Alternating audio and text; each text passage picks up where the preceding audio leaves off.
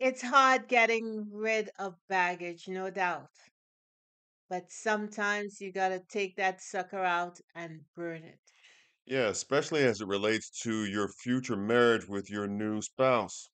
Right. It can raise its ugly head and affect you in such a way that you're living in the past and not in your future. Welcome to Cliff Alerts.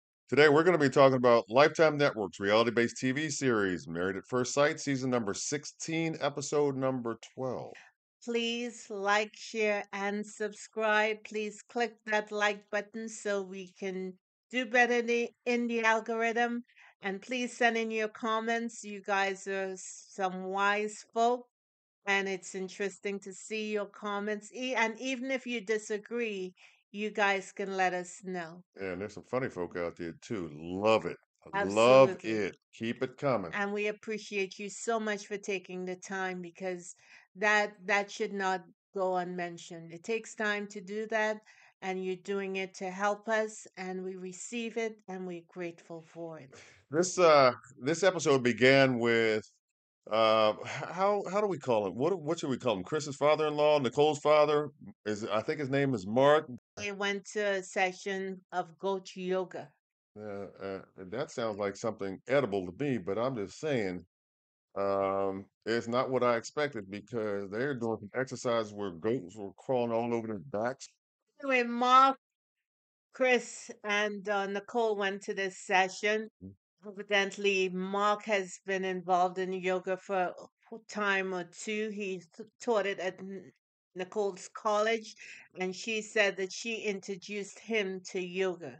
Chris asked Dad and or Mark, how has Nicole changed over the course of the years to where she is now? Hmm. That was the the question that was posed to him by Chris that he responded to. Right, and Mark indicated that Nicole's mom and him got divorced when she was 4 years old, Right. and that when she became 18, she became really rebellious and Probably. wouldn't see him and all that Yeah, other stuff. probably and or presumably because she didn't understand what was going on between her parents and as she began to get older and more mature, she kind of had some feelings that were never really addressed about it. Right, But right. he said during the course of as years Mhm. rolled by, he noticed that Nicole was changing, and she has changed considerably as it relates to Chris. He can see that Nicole has feelings for him. Yeah, and he also described or made an observation about what he perceived as this, I guess, contentness on the part of his daughter for where she is now and who she's involved with now, and the status of their relationship, and that kind of I guess put his mind at ease. Mark told Chris that, hey, you have earned my respect, so you can call me dad. And that's significant. Yeah, no question about it, and also too the fact that he was less, shall we say, antagonistic, Yes. towards his new son-in-law Now he is still wants it to have BDE, right, right. He did mention that Big Richard energy. right? I ain't going there, y'all. Though. I mean, that kind of sentiment was conveyed to Chris from Mark, made Chris feel like, at least from my vantage point, a lot more at ease with their relationship as well, and also too, kind of made him feel like, okay, I got his backing with what I'm doing, so I guess we're now free to kind of really develop a meaningful relationship. But I get the feeling that Nicole makes Chris feel this spirit of unease. In other words, you kind of think that Chris is kind of waiting for the proverbial shoe and or heel to drop when she kind of really goes off, and he is shown that side of his wife that is what I guess he it has been talked about, but not yet, not really seen yet. I think based on how Nicole drags herself, and she does this all by herself, it's horrible when we could. beat the hell out of ourselves worse than other people do. But that's where she is. And she keeps having these horror stories in her head about past relationships. And she's not dealing with Chris in the here and now. She's dealing with what's behind. Every 5 minutes, she's looking behind. Yeah. It's when they were working out, her biggest fear is that the bottom is going to drop out. And in Chris and Nicole's case, it is this notion of, you know, bad relationships that have created baggage for Nicole that she's brought forward to her current relationship with her current husband, well, with her husband, and how she kind of expects some bad things to happen based on what has nothing to do with him, but also what she's experienced.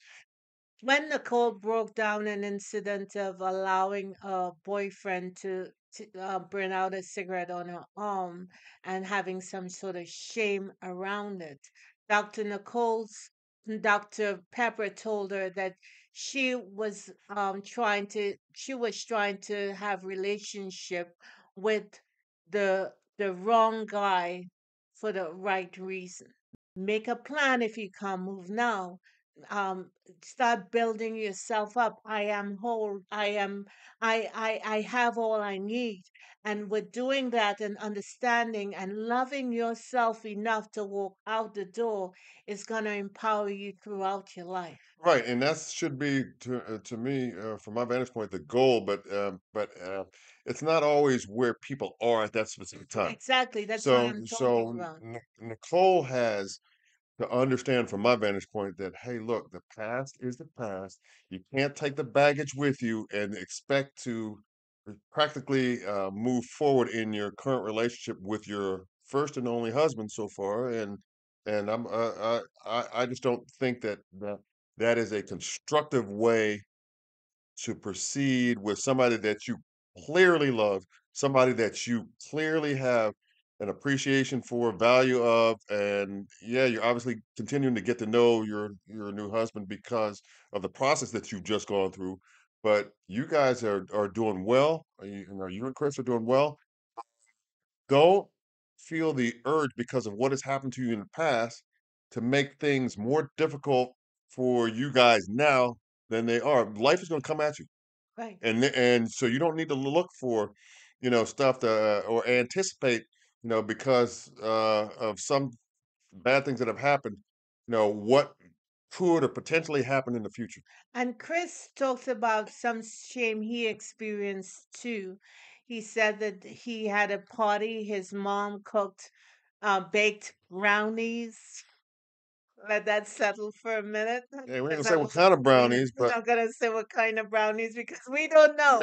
And he indicated that his mom was almost arrested because there was underage drinking at the party. at the on the premises. So they're gonna look the 5 O's not gonna look at the kids. They're gonna look at the Mom. adults. He didn't go into extent about his past relationships and why he was continuously hurt by the woman he was involved in. Well, he did say at a previous occasion or occasions that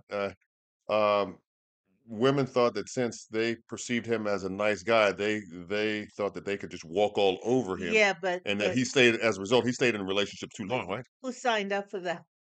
He Well, did. in part, he did for sure. Exactly. Yeah. So because once you accept responsibility in your part of a broken relationship, you can move on from It then. makes it easier. That doesn't mean Because necessarily that you will, but it makes just it easier. blaming somebody else doesn't help. You have to stand before that mirror and say, you know what, I messed up, and be able to forgive yourself as well. I think So, I think he's yeah, at least from my vantage point, done some of that. Maybe there's more work to do, but I think he's done some. well, I just think in Nicole's response, she's trying to make sure that he knows that he's loved and cared for and all that stuff.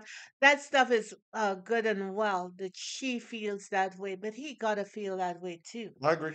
He has to feel that he is loved. A- He has to feel that he's cared for because he is taking care of himself. Right. Again, you can't empower somebody else to make you feel better. You got to do the work for yourself. So you're saying that if I'm understanding you correctly, there's got to be a self confirmation on the part of Chris before he can actually receive that from Nicole. Because you can tell someone right and left, oh, you're beautiful, you're gorgeous, you what have you, you're thin. And the person wouldn't believe a word that's coming out of your mouth. If they don't have the self-image to do it, Exactly. yeah, Exactly. it's not going to sink and hold take root. Take root. You can't drive and look behind you all at the same time. It's not going to go well for Well, I you. tell you what, if somebody can go or drive forward, but while looking in the rearview mirror, they not gonna only run into somebody's house, but they gonna run through living rooms and all that kind of stuff and cause all kinds of damage. All kinds of So they damage. gonna tear up some stuff, really. And Yeah. I'm not talking about in a funny way either. I'm talking about in a serious way.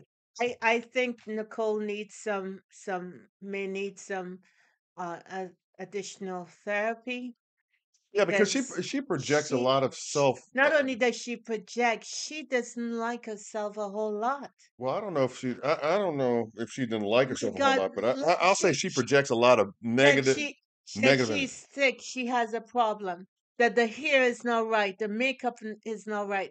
All those things. Does this girl, can she look at herself flat-footed without out all the makeup, all the stuff, and say, "Hey, you're just gorgeous"?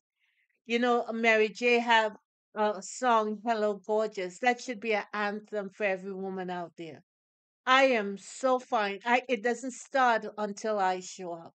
Play mother in Los Angeles told me that the day she saw me and I loved her forever. She said, "Baby, why you want to go to the back of the line? It doesn't happen until you show up." And that broke me in pieces that she could give me such wisdom the first time we met.